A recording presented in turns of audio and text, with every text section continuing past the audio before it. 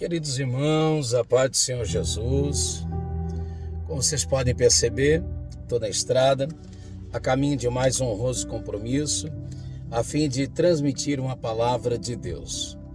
Eu parei aqui por um instante, porque enquanto estava a caminho, orando ao bom Deus, no meu espírito, bendizendo e glorificando, porquanto Ele é digno disso, eu lembrei-me de um texto, de uma passagem bíblica que chama-me muita atenção. Na verdade, eu quero valer-me desta para estar por alguns dias fazendo aqui uma série de sermões, dando continuidade a uma série que lá atrás eu intitulei como Personagens. E eu quero falar de um homem. Hoje eu vou pensar apenas uma ideia. Um homem cheio de virtudes, um homem qualificadíssimo, um homem que todo pai, toda mãe queria ter como filho, um homem que toda mulher queria ter como esposo, um homem que todo pai e mãe queria ter como genro, marido para sua filha. Um homem que, apesar de todas essas virtudes estas, que fez com que o texto deixasse claro, dizendo que Jesus o amou.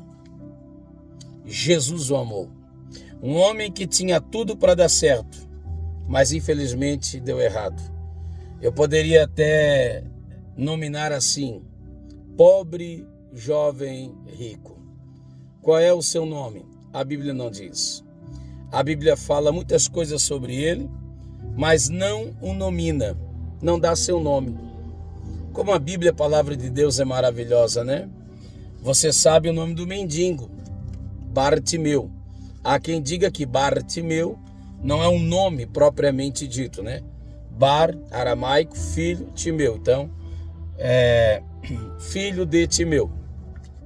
Mas, enfim, você vai encontrar pessoas, financeiramente falando, em estado miserável, né? Você vai encontrar, por exemplo, na pseudo parábola, que eu sinceramente não sei se trata-se de uma parábola, que é a parábola do rico e do mendigo Lázaro.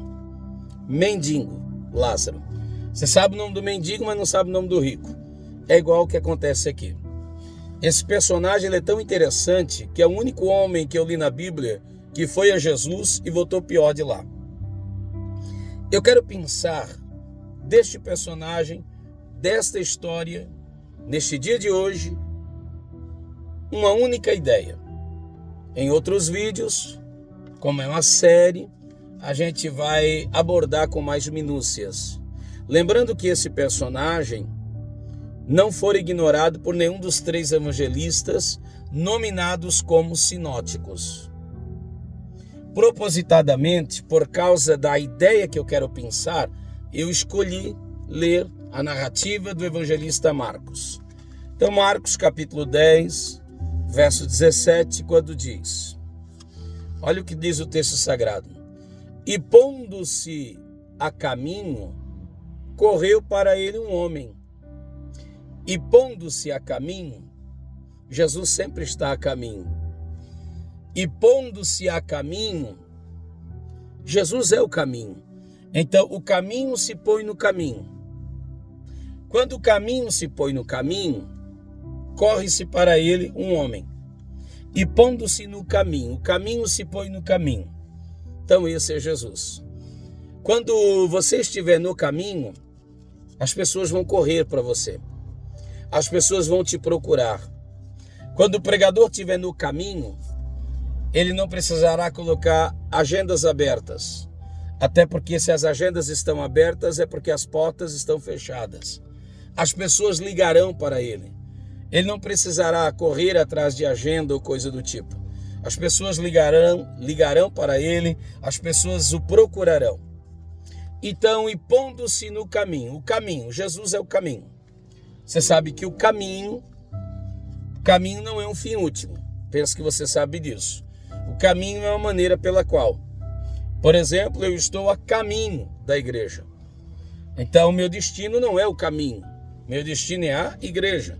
Mas para chegar na igreja, eu preciso pegar o caminho que vai para a igreja. Então, o caminho pondo-se a caminho, isso é, Jesus, corre para ele.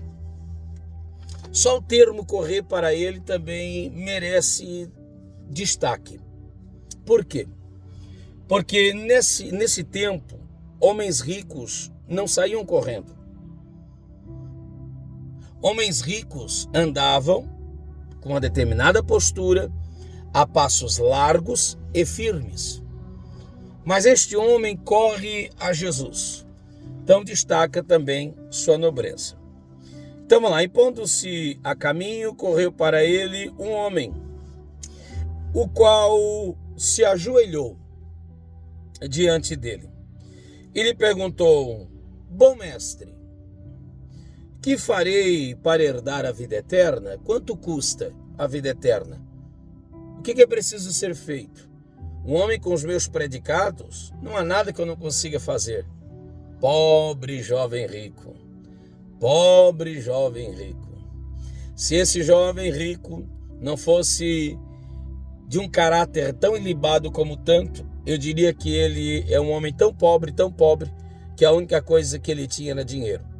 Tem muitas pessoas assim, pobres, tão pobres, mas tão pobres que a única coisa que elas têm é dinheiro. Não se aplica ao jovem rico. Ele tinha caráter, tinha moral, tinha boa índole, tinha status. Jesus se apaixonou por ele. O problema é que esse alto moralista achava-se capaz de obter o que gratuitamente Jesus franquia-nos, Jesus oferta-nos. Então vamos lá. Jesus lhe disse: por que me chamas bom? Ninguém há bom senão um, que é Deus.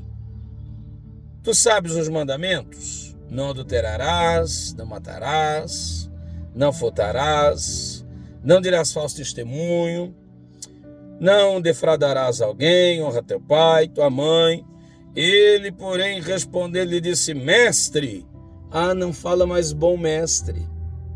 Mestre, tudo isso guardei desde a minha mocidade. Desde a minha mocidade. Parece que faz tanto tempo, né? Não faz tanto tempo, ele ainda é jovem. Percebeu o trocadilho? Eu sei que teve bastante coisinhas ali que a gente vai trabalhar nos próximos vídeos, mas aqui, focado aqui, percebeu o trocadilho? Ó, bom mestre! Jesus disse: por que tu me chama de bom? Se bom é Deus. Você pode se perguntar: mas Jesus não é Deus? Sim. Então por que não se autorizou a ser chamado de bom? Assunto para o próximo vídeo. Bom é Deus. Por que me chamas de bom? Sabe qual a resposta que o jovem rico deveria ter dado? Esta: se bom é Deus e se o Senhor é Deus, eu estou te chamando de bom, porque bom é Deus e o Senhor é Deus. Por que o jovem rico não deu essa resposta? Não lhe faltava cultura para tanto. Ele era um homem culto. Ele chegou curvando-se. O próprio Jesus apaixonou-se por ele. Ele deveria responder assim, com muita simplicidade: bom é Deus, o Senhor é bom porque o Senhor é Deus. Sabe por que ele não respondeu assim para Jesus? Ele era tão sábio. Não foi porque ele faltou cultura, inteligência. Ele era tão sábio que ele discerniu de primeira. Bom é Deus. O Senhor é Deus. Mas o Senhor não é meu Deus. Porque o Deus desse jovem não era Jesus. Era o dinheiro. O Deus desse jovem não era Jesus. Era o dinheiro. Jesus não era seu Deus, mas Jesus também não era seu mestre. Então, na sequência da fala, ele poderia não apenas ocultar o bom, como poderia ocultar o mestre. Mas ele estava disposto que Jesus fosse seu mestre, mas não estava disposto que Jesus fosse o seu Deus. Entendeu?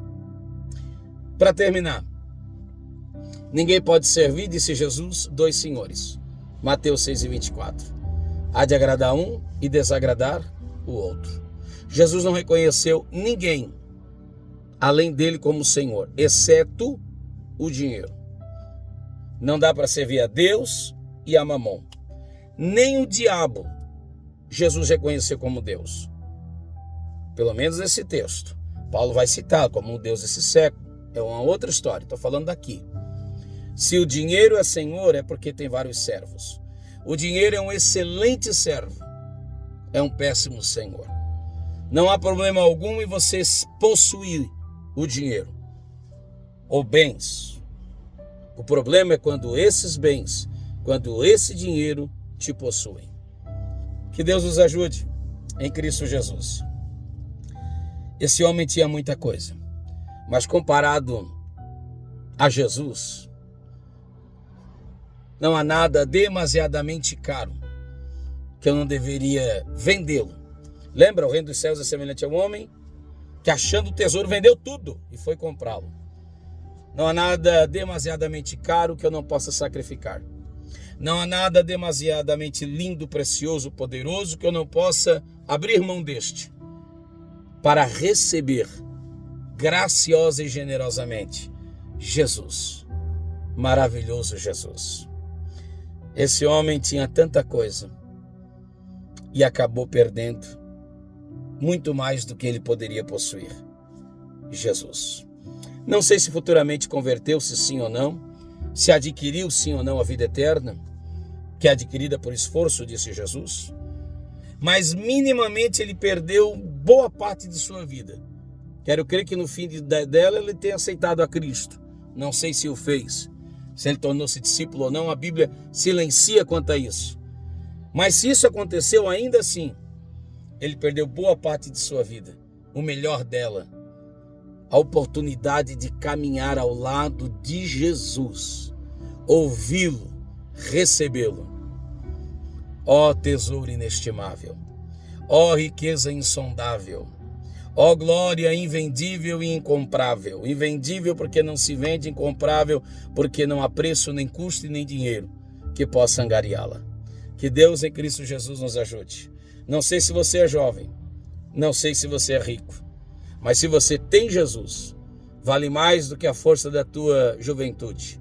Se você tem Jesus, vale mais do que todo e qualquer dinheiro, status, moralismo, reconhecimento, cargo, posição, seja o que for. Nada se compara ao precioso e maravilhoso Jesus. Que Deus te abençoe, em nome de Jesus. Amém.